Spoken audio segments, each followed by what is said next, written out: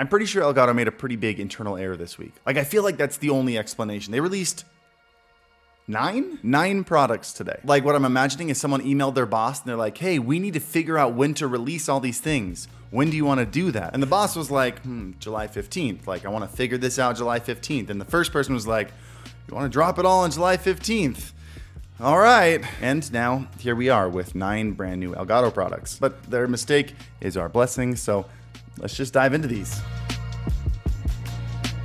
First thing we got, one of the big things, the Elgato Facecam, their brand new webcam they just released. We did do a whole video on this, thumbnail here, link in the description down below if you want to see the details, the tests, the software that it came with. It is a fantastic webcam, probably the best image quality I've seen so far, but more importantly, it comes with phenomenal software that gives you ultimate control over your quality. If the lighting's not perfect, it's too bright, too dark, you can actually adjust the exposure of the webcam, something I've never seen done this way before. The thing looks great in super intense light as well as super low light.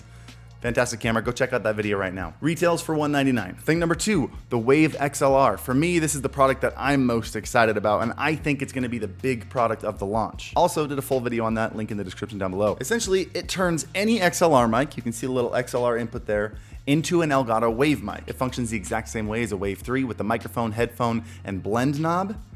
Big old knob in the middle is the exact same as the knob on the microphone. And when you plug your microphone into this thing, it feeds the signal directly into Elgato's Wavelink software, which is like a digital Go XLR. If you were to ask me, this is by far the best competitor to the Go XLR that's been released so far, and it retails for $159. Number 3, the Wave Mic Arm.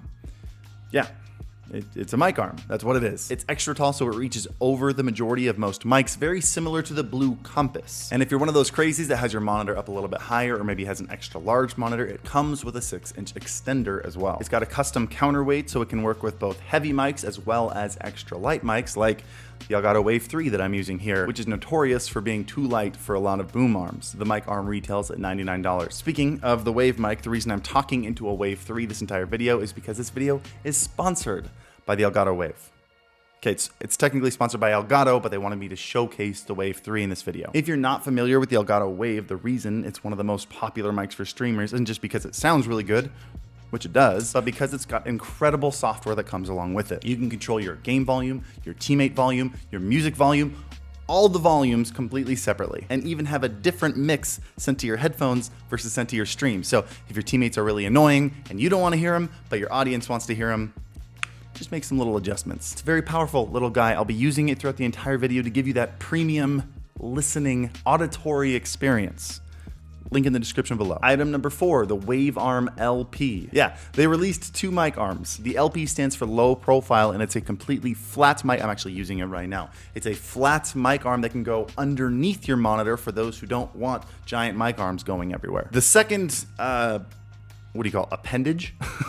Section of this thing can rotate up and down so you can get whatever height you need your mic set to. The cable runs straight through the arm itself for some very clean cable management via these little segments that are just covered up by these little magnetic covers, which I love that idea. It's a very clean and accessible solution. I do, however, wish that the magnets were a little bit stronger. Sometimes I've been adjusting the mic and it pops the little cover off of it. So Elgato, if you can beef those things up a little bit, that'd be great. What number are we on? Is that 4? We're on number 5? Yeah. Item number 5, Stream Deck Mark II. The reimagining of that original 15-button Stream Deck, but now without that stupid, crappy, flimsy, collapsible stand on the back of it that everybody hates. Can you tell I hated that stand? Because I hated that stand. There are 3 things upgraded to this Stream Deck. The first is the stand. They took some notes out of the Stream Deck XL stand. While it's not magnetic, it is a simple pop-on and pop-off solution, so we have 2 different levels. Much better. Thank you so much for that. Upgrade number 2, the cable is now removable. Would you look at that? It's a nice USB-C to USB Type-A cable that pops right out of the back. Long, braided, perfect. And the biggest thing, you ready for it? Customizable faceplates. You can now make your Stream Deck look however the heck you want. Put your logo on it, put my logo on it, I don't care. Seriously, if you're worried about permission, you have permission. Elgato, you have permission to sell my logo on that faceplate. Rock the Senpai logo, rock the Stream Beats logo. This is going a little too far. Oh, and by the way, not only can the Stream Deck faceplate be upgraded, but also the Wave XLR faceplate. Hold on, look at this, there we go. You get a custom Wave XLR faceplate as well. So if you want to get both of these things and set them right next to each other, they are designed to fit like flush with each other. I know I'm a sucker for customization, but that thing alone makes me want to switch to the Wave XLR, the new setup. I don't know if I can get rid of the faders. I love me a good fader. I'll probably stick with the Go XLR for now. Maybe I'll use both. I can get sub mixes out of this, faders out of, we'll see. We'll see, sorry.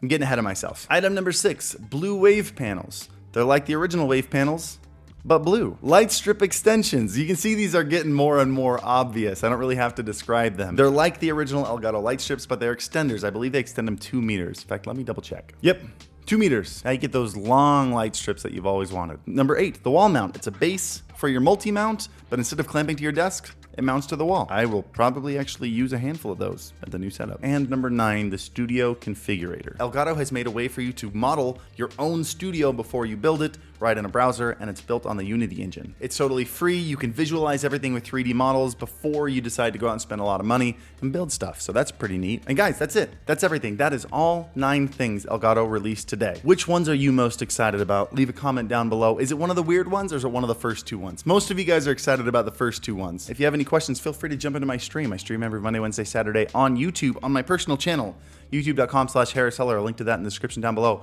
Make sure you like the video, subscribe if you haven't already, and as always, happy streaming. When are they going to be done with this construction? This is getting to be ridiculous. They're literally building a house on both sides of our house at the same time. It is what it is.